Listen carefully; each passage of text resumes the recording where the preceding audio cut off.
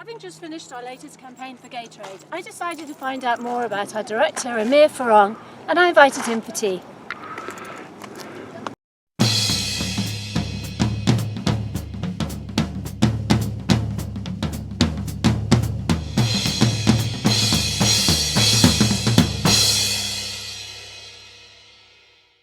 I was working in a sports bar that was also a sushi restaurant, and then I was telling everybody that I was working at the agency that does Apple and does the Taco Bell dog and does all those ABC animated commercials and does the Nissan Toys commercial, you know, the one with the G.I. Joe. I mean, these things were, Jerry Seinfeld said was the best commercial he's ever seen. So like, you just go from being in this small town to being at a place that is producing pop culture. Yeah. I actually had an opportunity because they had a client come in through a relationship that I think Lee had with a guy named Leonard Armato, who partnered with Shaquille O'Neal to do this basketball company. He tried to start its own brand. And a friend of mine started working there and recommended me to write their web copy. Oh. So I left Shia going, okay, I'm going to get into this to see what this is like. Well, that company folded in 8 months. So I was like out on the street, and so then I'm like, okay. And I ended up at the Creative Circus in Atlanta. Yeah, I'd love to just talk a little bit about Game Killers, because Yeah. that was really groundbreaking work. It was like 2007, wasn't it? And it was like a TV show that you worked on. My instincts were always going towards longer storytelling, which doesn't fit with advertising usually. I had a hard time with the 30-second commercial. I think that writing a perfect 30-second commercial is one of the hardest things to do. The only thing that's harder is writing a perfect 30-second radio commercial. Right. It is a true writer's exercise. It's futile. It can be one of the, it's an exercise in rewriting and crafting and just being perfectly succinct and having the economized number of words that all fit together to create just a perfect story. In 30 seconds is so hard to do.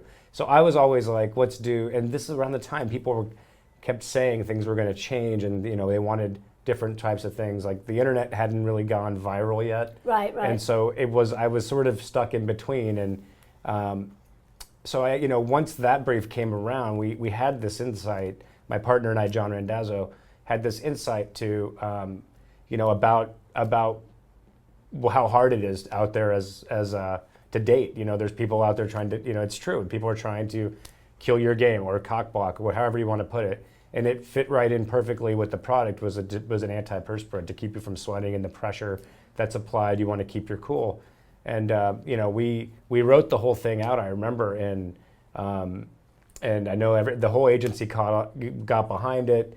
And I remember we just picked up all this momentum, and Johnny Bauer, I remember being this planner at the time, the guy who wrote the brief actually, who's the chief strategist at Droga 5 now. I remember him saying like, this should be a TV show. And as soon as he said that, I was like, thank you. I was thinking, Fantastic, I didn't want to just write 30-second spots. In fact, I struggled to write 30-second spots. So was the brief, the original brief was for a TV spot, wasn't No, it? the original brief, the original brief was for TV commercials. Right. Back then an integrated campaign was 3 ads, 3 print ads, right. Some outdoor, and some banner ads. Yeah. That was digital was banners back then. Yeah. And maybe like a little game, like where you like push a button and like it changes your page to something. Like it was really in the like the beginning stages of interactive advertising, and so it wasn't. That's what we thought it was. And as soon as we started throwing around this longer form, then I went off and just started writing. I wrote like a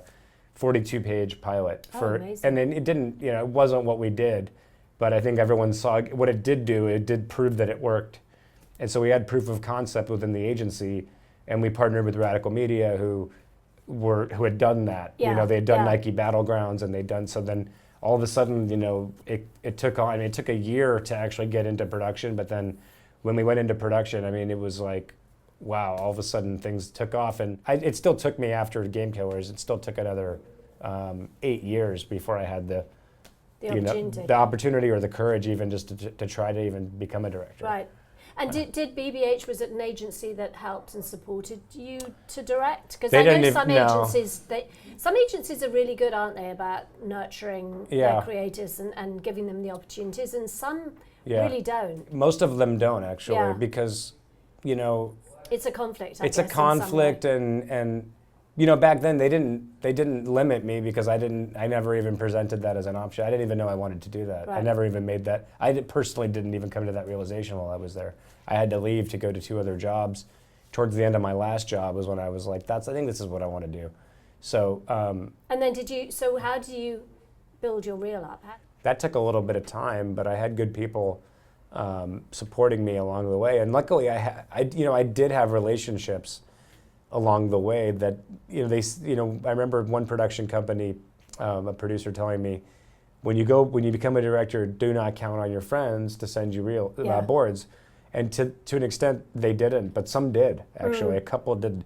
Eric Silver was one of them, Eric Silver kept sending me work, little things here and there that kept me going. Yeah, well, he's a good friend to have, I would imagine. Yeah. I mean, and they weren't like, he gave me what he could, and he didn't have to do that. He could have gotten Jim Jenkins to do it. He could have gotten plenty of people that owe him favors, that if he's made people's careers over the years.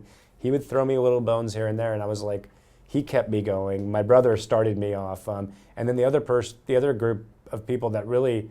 When I was actually like, there were some dodgy moments where I was like, I don't know if this is going to work. I might have to go back. Yeah. And my old Adidas client, Ryan Moreland and Lauren Pascoe. I mean, I remember sitting at home. I hadn't seen a board or anything in 6 months. And I remember getting a phone call saying, "What are you doing this summer? Do you want to direct a documentary for Derrick Rose?" Oh yeah. And I was like, yes. They're like, well, we need your ideas by next week. And I couldn't, there's moments where you're like, I can't believe that just happened. Yeah, no, absolutely. So. But I mean, I have to say, you probably, to start with, were one of the outsiders, because your reel probably wasn't as strong as some of the other people you were saying. But, you put together a really fantastic treatment.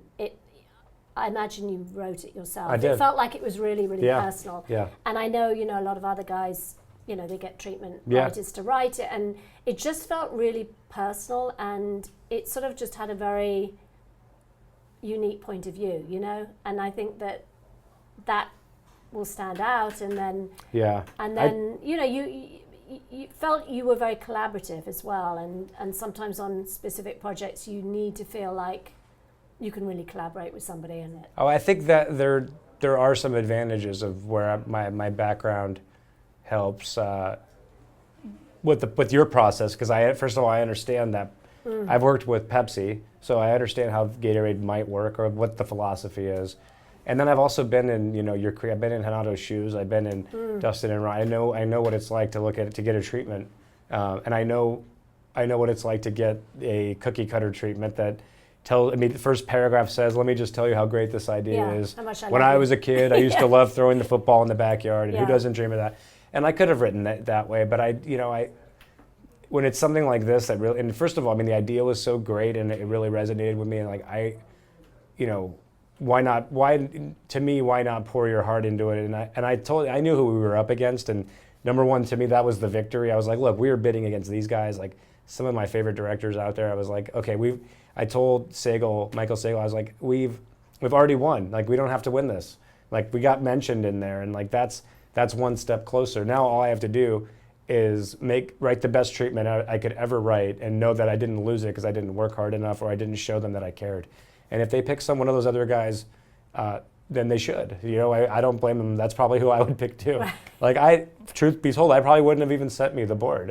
So that's how grateful I am. It must be so hard. I know, because I have a lot of friends in production companies, and a lot of the time they say, we put so much effort into these treatments. We put so much heart and soul and work, and sometimes the agency don't even call us back. Yeah. And I sort of think, oh my God, that must be so bad.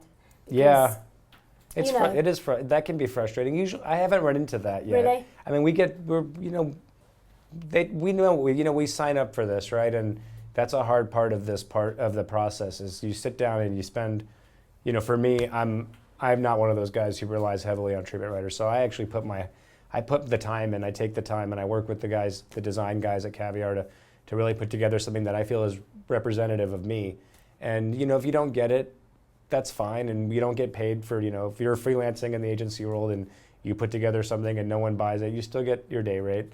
So you don't get paid for it, and usually people do at least call and say thank you, because I always feel like if they don't hire you for this job, they may come back. Yeah. So But what's been nice with you on this is that we have had, we've had a lot of contact, and you've given us your email address, and there's been a lot of sort of conversations, and a real sort of collaboration. I think, we've really responded well to it, and it's been a really great process. And just, having you want to be involved in the edit, but know that you know when to sort of step back as well, and just to be able to respect the creators, that's been really great as well. You have to win. Again, it all comes down to knowing, number one, you don't need me in the edit that much, because like at a certain point you need the perspective of, you have to respect the two kids who came up with the idea and what their vision is for it, because ultimately it doesn't belong to me. It doesn't even belong to you guys. It belongs to your client. Yeah. So you have to respect that process, and sometimes stepping away from it is really healthy. In terms of advertising and where we're going and the sort of quality of storytelling, do you feel like we're in a good place at the moment? Yeah, I mean, it goes in waves. I feel like because of being able to do things online still allows for longer form content, but I don't think we're still making commercials, so I don't know that you need to see a 8-minute short about Cheetos. But if it's really well written, at the end of the day, it's all about ideas, and some of the best ideas are lend themselves to they can be 30 seconds, they can be 30 minutes. It just depends on it. But I'm a little bit disappointed. Like all those years later, I was excited in 2007 when I saw Game Killers, and thinking, this is what we're going to be doing, and it's going to open up other opportunities. And if you think about it, since then, like the last 8 years, there's been, a few projects that have been really groundbreaking.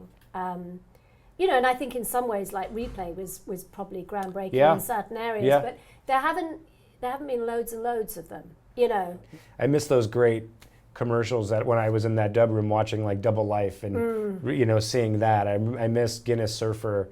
Ads that have great, they're just great VO crafted over just beautiful images, and it's not just one or the other, and you still see it, Well, hopefully it'll come back. I mean, it's still there, but I think it's just a great piece of film isn't as celebrated as the way it used to be, because there's so many, if you look at an idea like, Real Beauty Sketches, which won everything, what a beautiful idea.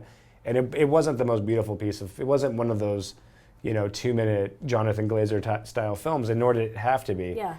And almost people gravitated towards it because it wasn't, because that just was, it was something different. It felt different. It was different, but it wasn't like, now, back then it was just like, who can make the best piece of film, like the best, storytelling of, all the directors we've been talking about, and now everything is, I think it's the focus on the idea is great, but I think some of that is had the craft be left behind a little bit. Yeah. And I think it'll all, there was Do you think that's a money thing as well? Do you think maybe just because budgets have got like so tight? Yeah, I mean, look at the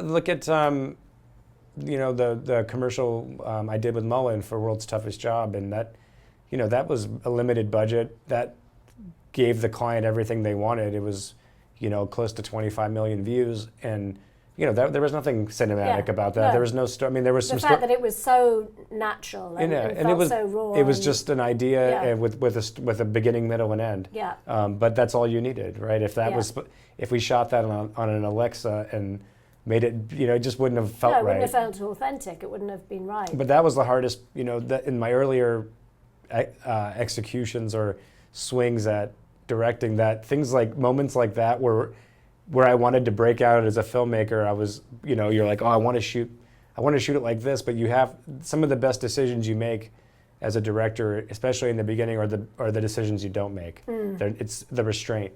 I don't need to move the camera here because my reel doesn't have movement. Like, don't be selfish. Yeah. The camera is one person talking. Don't have it go, through the window and up and down. Right. Like, it doesn't need to. Just be about the idea. Let the idea come through, and then when the time is right to move the camera, you'll know. You know? Thank you so much. All right. Thank you. That was a lot of fun. Thank you. Thank you so much. Yeah. Thank you, Logan. That was good. Thank you, Jeff. Thanks, guys.